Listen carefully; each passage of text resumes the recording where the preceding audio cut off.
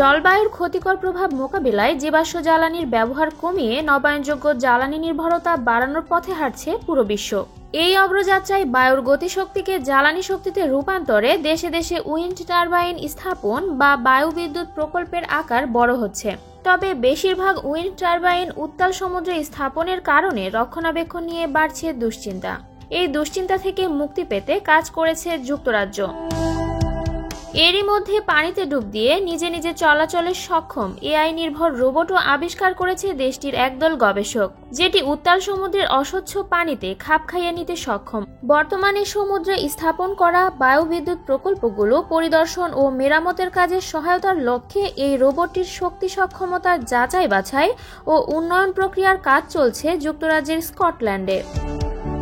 যুক্তরাজ্যের সমুদ্র তীরে থাকা উইন্ড টারবাইনের সংখ্যা 2600-এরও বেশি।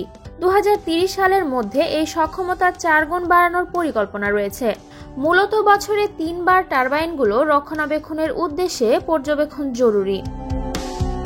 রোবটের এআই প্রযুক্তি 3D ক্যাপচারের মাধ্যমে পানির নিচে থাকা উইন্ড টারবাইন অবকাঠামোর সমস্যা চিহ্নিত ও সমাধান করতে সক্ষম হবে। প্রকল্পটি সফল হলে 3 সপ্তাহের কাজ 3 ঘন্টায় সমাধান করা সম্ভব বলে জানিয়েছেন সংশ্লিষ্টরা।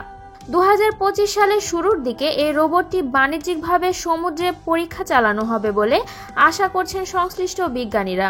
যুক্তরাজ্যের হেরিয়ট ওয়াট বিশ্ববিদ্যালয় ও জাতীয় রোবোটিয়াম একাডেমির যৌথ নেতৃত্বে এগিয়ে যাচ্ছে প্রকল্প বাস্তবায়নের কাজ।